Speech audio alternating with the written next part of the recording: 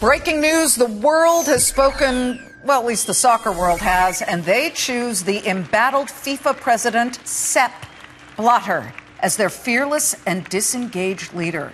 I say disengaged because he's the one who was at the top and said, well, I can't control everybody underneath me.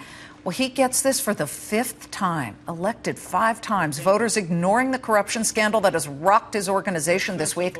Blatter beat out Prince Ali bin Al Hussein of Jordan, who pulled his name from the running, but ahead of the not first, second vote. They had to go through 2 votes because Blatter didn't get 2/3 of the vote the first time around. But with allegations of corruption and bribery plaguing the International Soccer Organization, could Judgment Day be around the corner for Sepp Blatter? Let's bring in Tommy Smyth, ESPN soccer analyst, soccer commentator, and all-around soccer lover who's joining us by phone from Connecticut.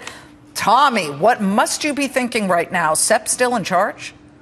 Yeah, well, I can honestly say that I don't think it's a surprise because I've been involved with soccer long enough to know that when Sepp Blatter took over FIFA, there were really only 2 continents in FIFA as far as anybody were concerned. That was Europe and South America. So Sepp Blatter went out on a limb and he started to curry favour amongst the African nations. He got the Africans a World Cup. So if he lives to be 1,000, he's going to have, Africans who are going to vote for him. And they were really the people who voted for him today. I mean, you know that England wasn't going to vote for him. You knew that the US wasn't going to vote for him. But you still knew, in my opinion, I don't see it as a surprise at all. I was sure he was going to be elected. Well, the UK isn't going to vote for him, nor the US. I mean, you're looking at 2 major nations. The issue is with the voting that no matter how small or how large a country is, 1 vote is 1 vote. So if you've got, Eritrea or Burkina Faso voting for him, these are 2 tiny African nations. I don't even know if they have soccer. I'm just throwing those names out. But that still counts the same as the United States, right? Yes, every vote is exactly the same. I mean, in that sense, it's very democratic. It doesn't matter how small you are. Montserrat is a place that, was re-inhabited. There was nobody on it for a while. Now there's about 10,000 people on it, and their vote, because they are a member of FIFA, is counts just as much as the US or Great Britain.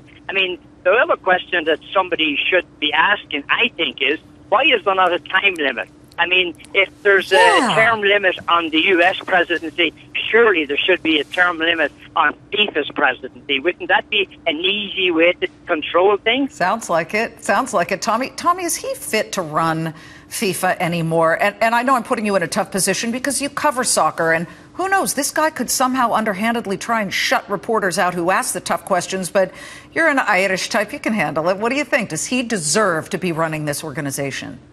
No. I'm on record already as saying, listen, folks, there's only one thing that's ever going to change FIFA. The one thing that will change FIFA is Sepp Blatter has to go.